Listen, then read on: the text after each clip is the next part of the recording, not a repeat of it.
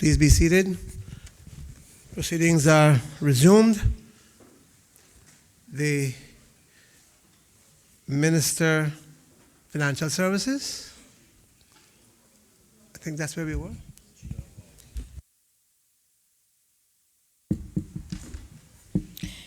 The Trust Amendment Number 2 Bill 2019. Financial Services. Thank you, Mr. Speaker. Mr. Speaker, I beg to move the second reading of a bill shortly entitled the Trust Amendment Number 2 Bill 2019. The bill has been duly moved. Is the Minister speaking there too? Yes, Mr. Speaker. Mr. Speaker, I rise to present the bill on behalf of the government. It is a bill to amend the Trust Law 2018 revision to enable competent authorities to require certain information from trustees and the Registrar of Trusts, to empower Cabinet to make regulations to give effect to the law and for incidental and connected purposes. Mr. Speaker, this amendment to the Trust Law 2018 revision, forming part of the legislative package being presented here today, is responsive to the jurisdiction's assessment by the Caribbean Financial Action Task Force that was published in March 2019. Mr. Speaker, I once again remind this Honourable House of the background information that I provided in my opening remarks during the presentation of the Companies Amendment Bill 2019. Mr. Speaker, accordingly, the bill seeks to address the recommended actions provided by the CFATF regarding the transparency of the jurisdiction trusts under immediate outcome 5, which speaks to, quote, legal persons and arrangements are prevented from misuse for money laundering or terrorist financing, and information to their beneficial ownership is available to competent authorities without impediment, end quote. Recommended Action 5 is for the jurisdiction to ensure that appropriate transparency measures are in place for competent authorities, which includes disclosure requirements to prevent misuse of Cayman trusts that are administered by foreign trustees or non-professional trustees. Mr. Speaker, the legislative amendments proposed seek to require a trustee to keep and maintain accurate and up-to-date records in relation to certain persons and matters in relation to the trust. This amendment bill seeks to ensure, or in this case, this amendment in the bill seeks to ensure that for trusts, including those that are not administered by a Cayman licensed trust and corporate service provider, as is the case for exempted or foreign trusts, the trustee is obligated to maintain the basic and beneficial ownership information on the trusts. The proposed amendment also remedies the issue noted by the assessors in their report concerning the availability and access to beneficial ownership information held by the Registrar of Trusts. Mr. Speaker, there is now a provision obligating the Registrar of Trusts to provide and share this information upon request with competent authorities within 48 hours for the discharge of their AML CFT obligations, addressing the assessor's concern to the extent to which information is available to competent authorities on a timely basis. Mr. Speaker, a competent authority is also empowered to require a trustee or person having ultimate effective control over a trust to share and provide information on the trust or its activities in instances where the competent authority has reasonable grounds to believe there is contravention of certain laws. A failure by such a person to provide this information to the competent authority is an offense, and the person is liable on summary conviction to a fine of $50,000. Mr. Speaker, under the current law, it does not provide for criminal sanctions for breaches in respect to failure to provide basic and beneficial ownership information. Therefore, this bill seeks to address that concern. Mr. Speaker, the bill also amends the law to empower Cabinet to make regulations to give effect to the law. Mr. Speaker, the Cabinet having a regulation-making power is a flexible way to deal with the obligations of trustees as set out by the FATF methodology, including foreign and non-professional trustees administering trusts subject to the Cayman Islands law. Mr. Speaker, in empowering the Cabinet to make regulations, the Ministry were advised by legislative drafting of the necessity of distinguishing the rule-making power of the Court from that of Cabinet making regulations to give effect to the provisions of the Trust Law 2018 revision. And so the Ministry received written assurance from the Law Reform Commission that such a distinction does not create a conflict between the powers of Cabinet and that of the powers of the Court. In the bill, the Cabinet's regulation power specifically refers to the administrative matters in Section 6 of the law, which requires a trustee to keep accurate and current records of information relating to the trust in the prescribed manner, whereas the perimeters of the rule-making power of the Court are specified in the Grand Court Law 2015 revision. Accordingly, the bill clarifies the powers of the Court under the principal law to that of all matters relating to pleadings, practice, and procedure of the Court. And Mr. Speaker, I just want to note that this is an area that the Ministry certainly sought and received and have incorporated specific drafting instructions and verbiage provided by legal drafting and the Law Reform Commission to make sure that this provision captures what is intended. Mr. Speaker, in April of this year, this Honourable House amended the trust law to ensure the Cayman Islands retained its attractiveness to the international trust market and to amend historical deficiencies and technical errors in the trust law of the Cayman Islands. Mr. Speaker, the bill being presented now is to ensure that the Cayman Islands trust sector addresses the issues identified in the CFATF report, and as such, it is an enhancement rather than a significant shift in our government's approach to the trust sector. I also would like to add, Mr. Speaker, that as with the other bills that have been presented today, this bill has gone out for public consultation and did go out for public consultation in May with the other suite of bills, and the Ministry received comments and the consultation included members of STEP as well, and whatever comments that were submitted, they were duly considered, and there have been amendments made to the draft bill before they were gazetted, and additionally there have been comments submitted during this 21-day public consultation since the Green Bill has been gazetted, and so there will be some committee stage amendments that are coming forward to reflect those comments received. Mr. Speaker, the bill is arranged in 5 clauses. Clause 1 sets out the short title of the bill. Clause 2 amends the principal law to insert a new Section 6A to obligate the trustee to keep and maintain accurate and up-to-date records in relation to certain persons and matters in relation to the trust.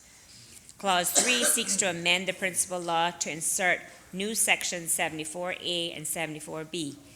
Section 74A would enable a competent authority as defined by the Proceeds of Crime Law 2019 revision, which is assigned responsibility for monitoring compliance of money laundering regulations under subsection 4.9 of that law, to request information on trusts from the Registrar of Trusts. The proposed section also requires the Registrar of Trusts to furnish the information requested by the competent authority within 48 hours of the request. Section 74B would require trustees and persons having ultimate effective control over the trust to provide information on the trust or its activities to competent authorities as required for them to fulfill their obligations. The provision also prescribes the sanction for failure to provide competent authorities with the required information. Clause 4 seeks to repeal and replace Section 111A of the principal law to provide that the Rules Committee constituted under Section 19 of the Grand Court Law 2015 revision may make rules and prescribe fees and forms for all matters relating to pleadings, practice, and procedure in the court under the legislation. Clause 5 seeks to amend the principal law to insert a new Section 111B, which empowers the Cabinet to make regulations to carry out the purposes of the law. Mr. Speaker, this concludes my presentation of the proposed bill, and I therefore commend the Trust Amendment Number 2, Bill 2019, to this Honourable House for passage.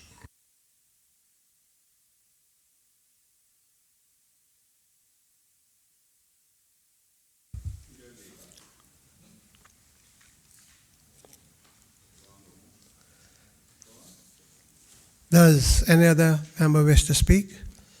Does any other member wish to speak? If not, I'll call and move it to close the debate. Thank you, Mr. Speaker. Just to say thank you all for your tacit support in moving this bill forward. Question is that a bill shortly entitled the Trusts Amendment Number 2, Bill 2019, be given a second reading. All those in favor, please say aye. Aye. Those against? The ayes have it. The Trust Amendment Number 2, Bill 2019 has been given a second reading. The Money Services Amendment Bill 2019.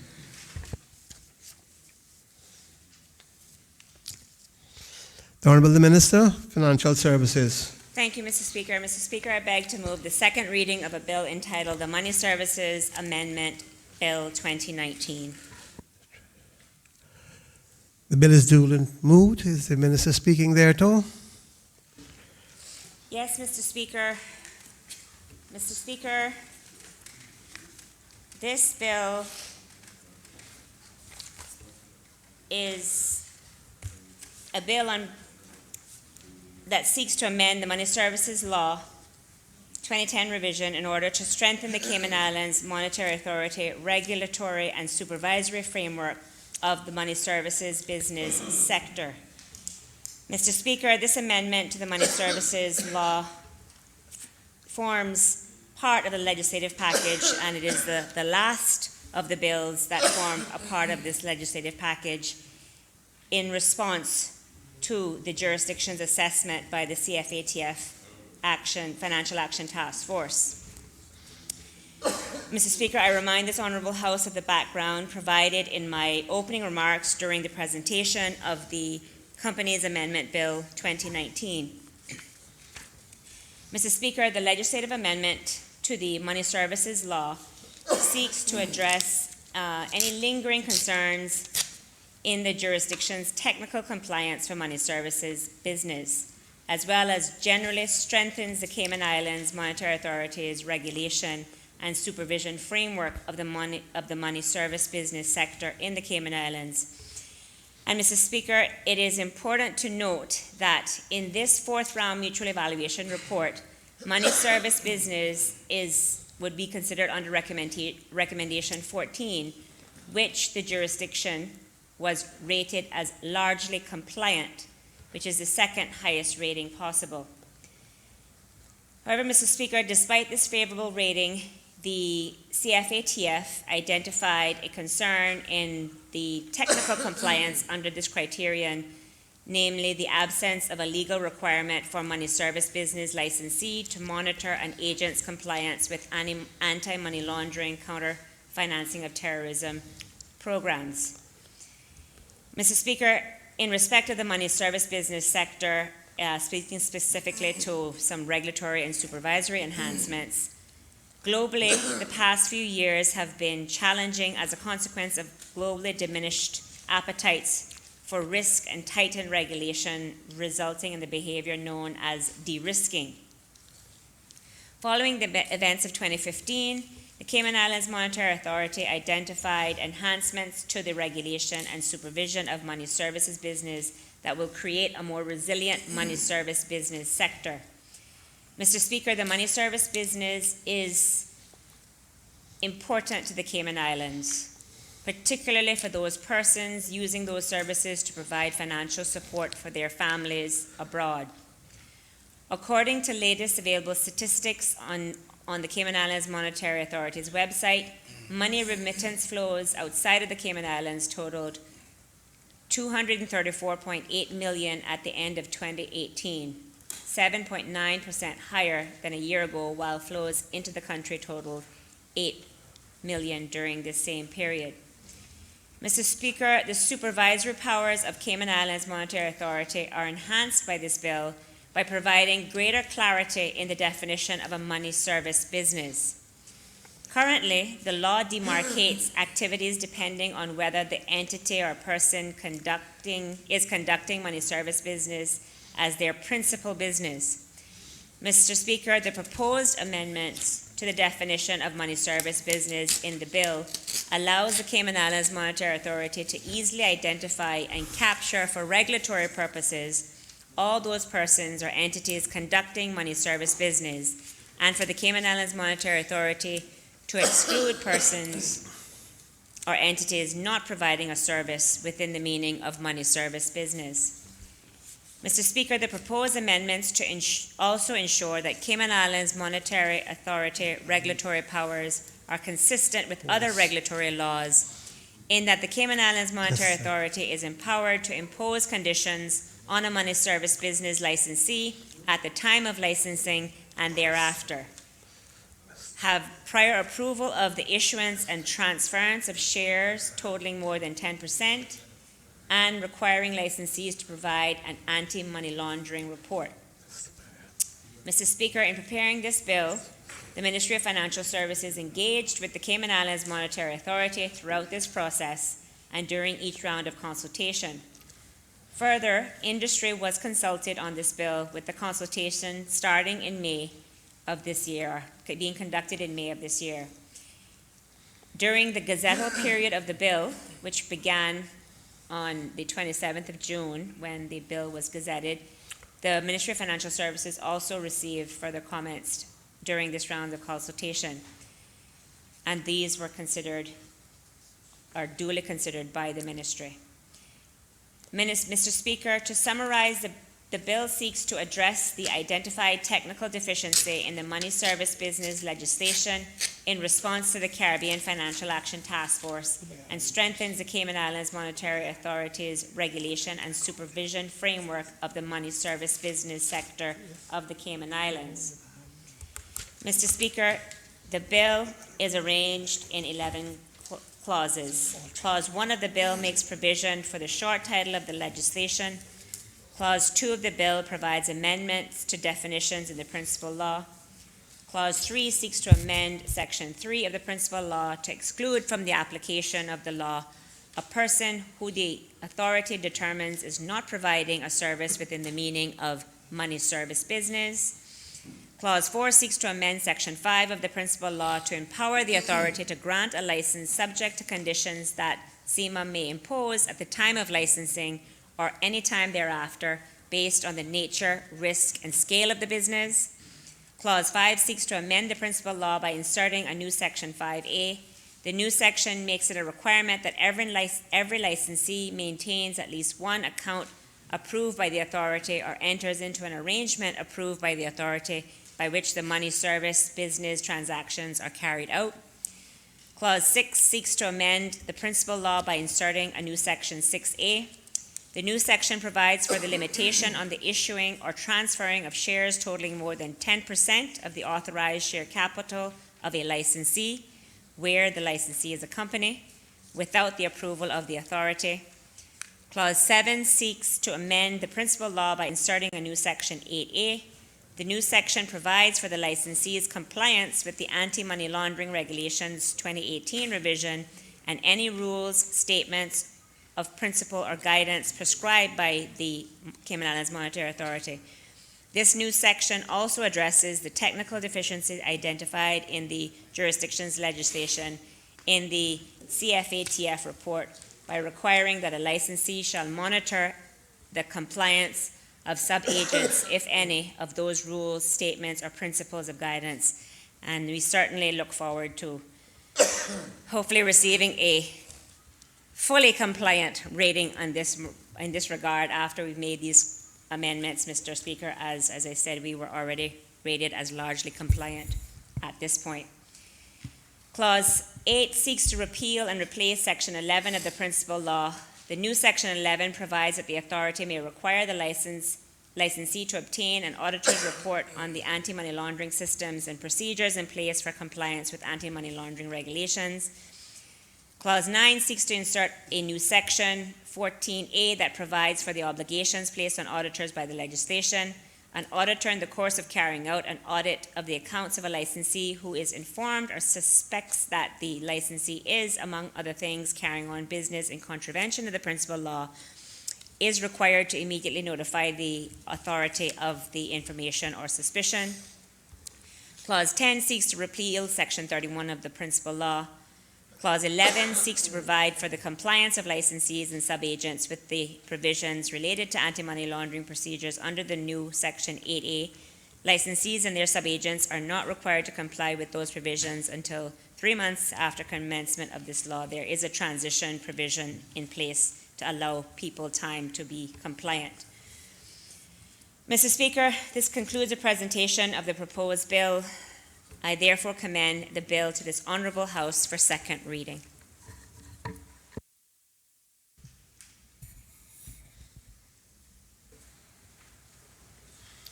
Does any other member wish to speak?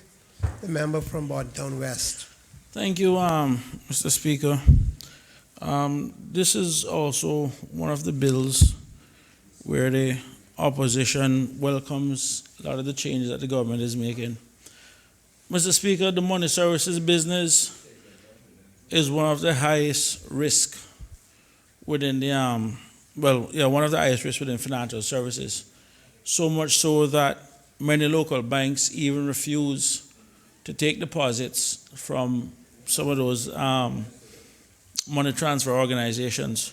The one thing I just want to point out, Mr. Speaker, is that this is something also that, if you go back to Operation Choke Point that was launched by the United States Department of Justice back in 2013, you would if you just do a quick research, you can directly see the impact that had on many organizations, including money services, people that do business with money services. The one thing I would like, just hopefully that the minister can touch on, Mr. Speaker, during our wrap-up, is that I'm aware that there are still challenges by some money services provider to actually get a proper bank account in order to make deposits and facilitate their business. If some of these changes would actually help them in terms of getting a bank account, because some are still shipping cash off island. And in some cases, Mr. Speaker, where we have a highly transient workforce, we're running the risk that in the next year or two, we may probably end up with just maybe one or two providers on island, which in essence will become a monopoly on such a large business. So it's one of the things that we are mindful of, because at the end of the day, while there are challenges, we still want to have some level of competition in this area, as there are a lot of people that depend on the money transfer businesses in our local economy. So with that, Mr. Speaker, we just wanted to thank again the government for making the necessary steps in fixing this, and closing the gaps in this area, because as we said before, it is an high-risk area, and one of them that we definitely cannot take very lightly. When we look back and see the whole issue of terrorist finance, and many of the situations actually flow from organizations such as these and businesses such as these. So this is not one that the Cayman Islands can afford to take lightly. Thank you. Does any other member wish to speak? Does any other member wish to speak? Call now on the Honourable Minister to wind up the debate. Thank you, Mr. Speaker. Mr. Speaker, if I can crave your indulgence for a moment to just confer with my staff on a point that was raised by the speaker, the last speaker.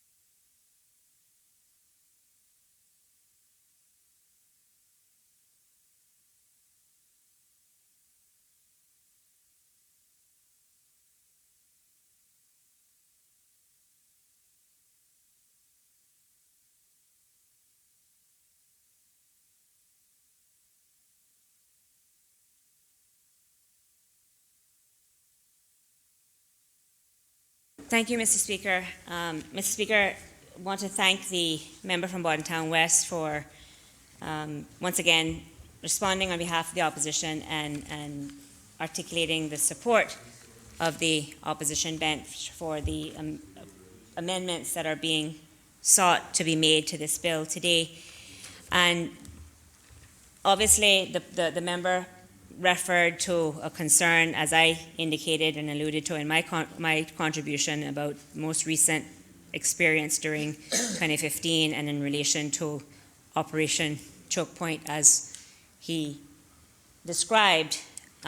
Certainly, the Ministry of Financial Services is aware of the concerns that have been expressed, and they continue to be in dialogue with SEMA, who in turn are also in dialogue with the various money service providers.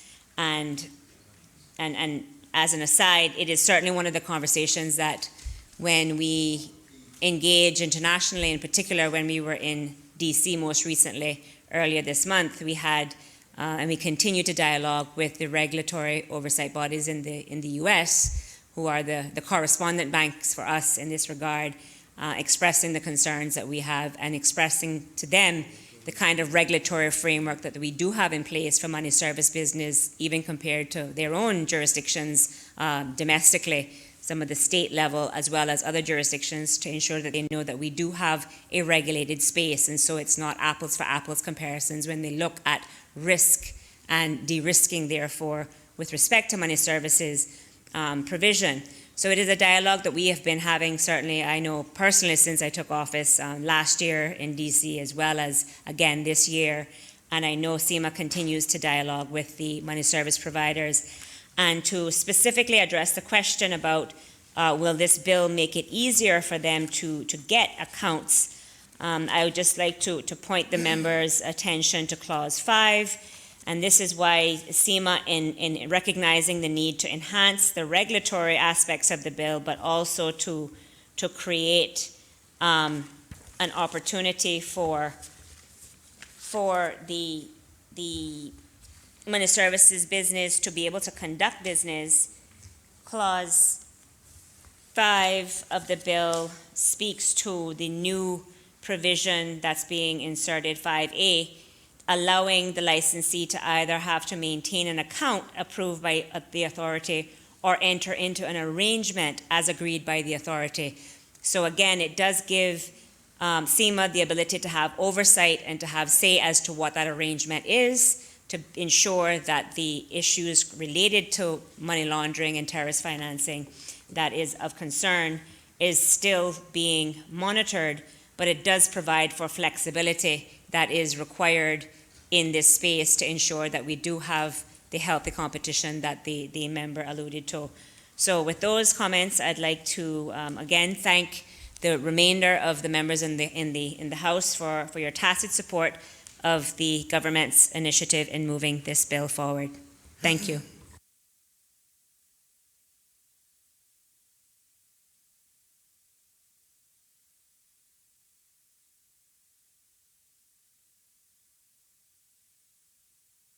Question is that the Trust Amendment number 2 Bill 2019 be given a second reading. All in favor? Aye.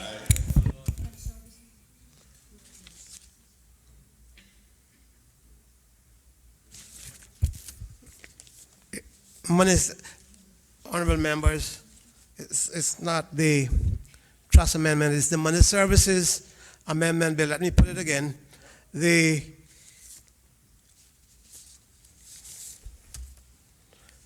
question is that the Money Services Amendment Bill 2019 be given a second reading. All in favor? Aye. Those against? The ayes have it. The Money Services Amendment Bill 2019 has been given a second reading. The Monetary Authority Amendment Bill 2019.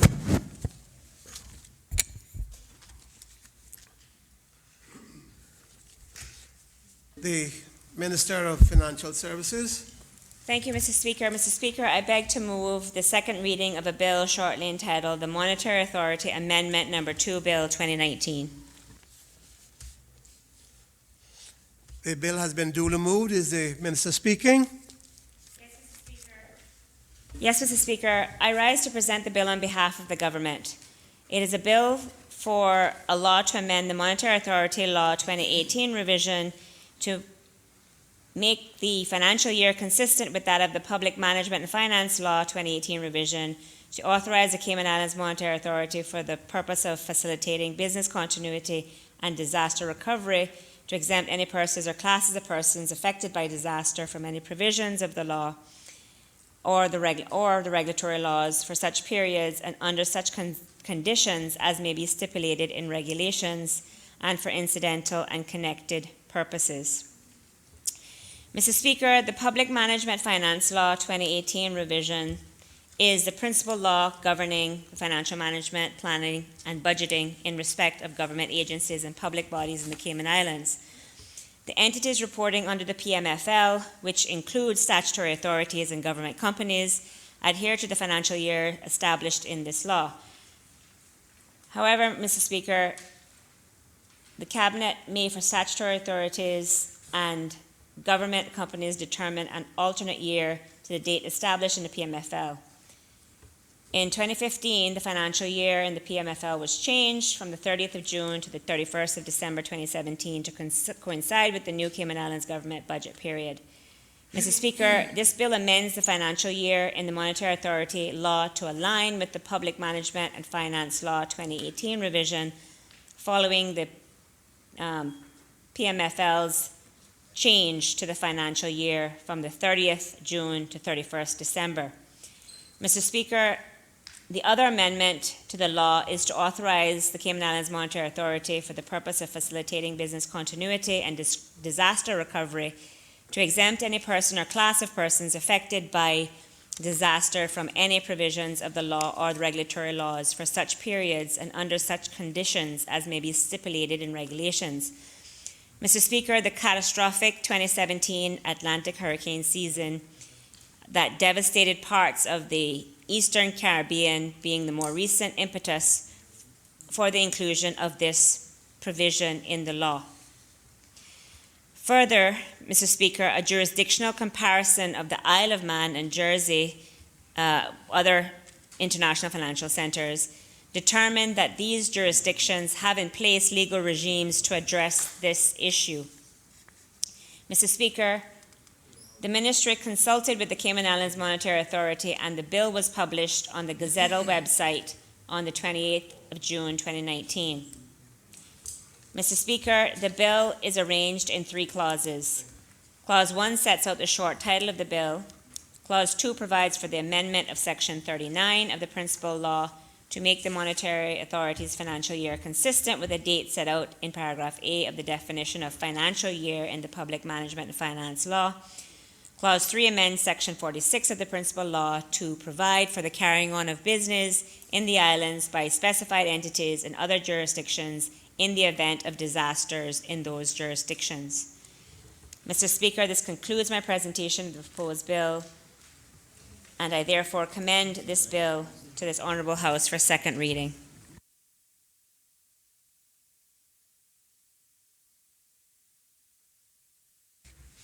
Does any other member wish to speak? Does any other member wish to speak? If not, we'll call on the Minister to close the debate. Thank you, Mr. Speaker. Just to say once again, thank you all for your tacit support in moving this bill forward.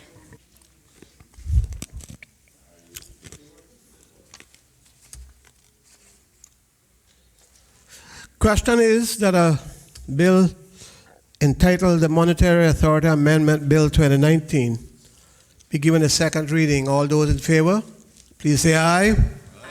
Those against, the ayes have it. The Monetary Authority Bill, the Monetary Authority Amendment Number 2 Bill 2019 has been given a second reading.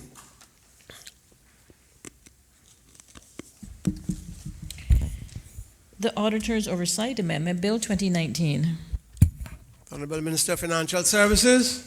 Thank you, Mr. Speaker. Mr. Speaker, I beg to move the second reading of a bill shortly entitled the Auditor's Oversight Amendment Bill 2019. The bill has been duly moved. Is the minister speaking there at all? Yes, Mr. Speaker. Mr. Speaker, I rise to present the bill on behalf of the government. It is a bill for the law to amend the Auditor's Oversight Law 2017 revision to make the financial year consistent with that of the Public Management and Finance Law 2018 revision and for incidental and connected purposes.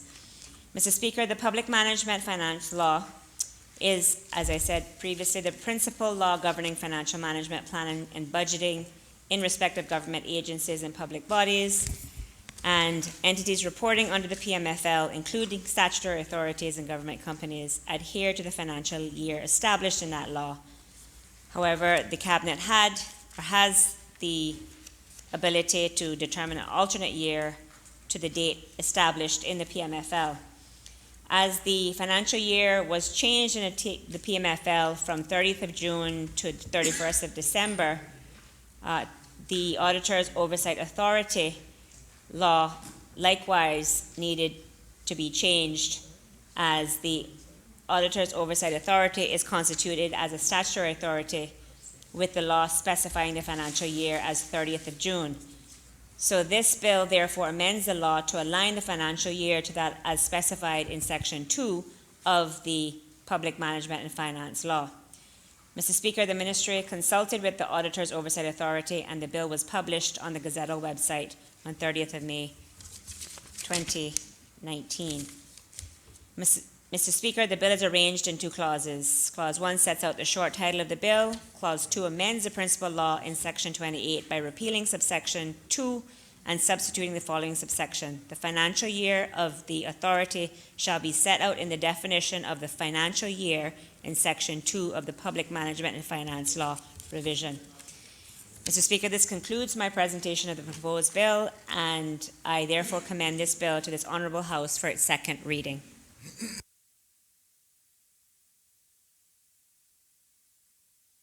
Does any other member wish to speak?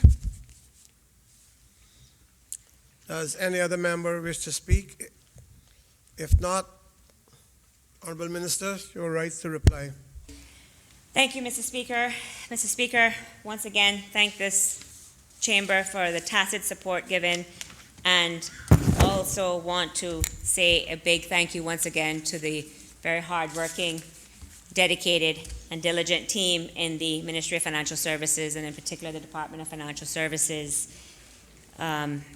department responsible for helping in the preparation and organizing the consultation and liaising with the various organizations, and also to thank the members of the legal drafting team for their support in bringing this bill and the other slew of bills which we just dealt with today. The question is that a bill shortly entitled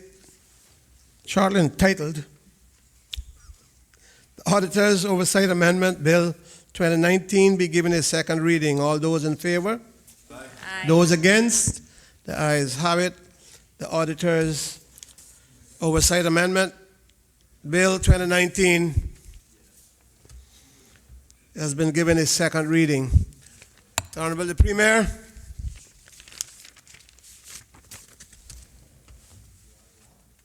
I don't think so.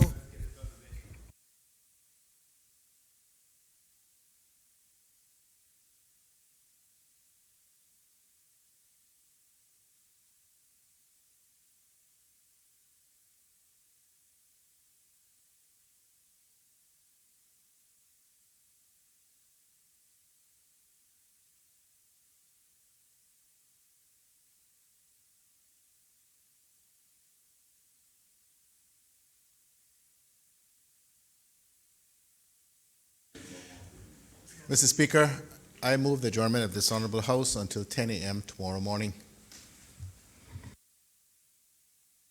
The question is that this Honourable Assembly do now adjourn until 10 a.m. tomorrow morning. All those in favour? Those against? This Honourable Assembly now stands adjourned.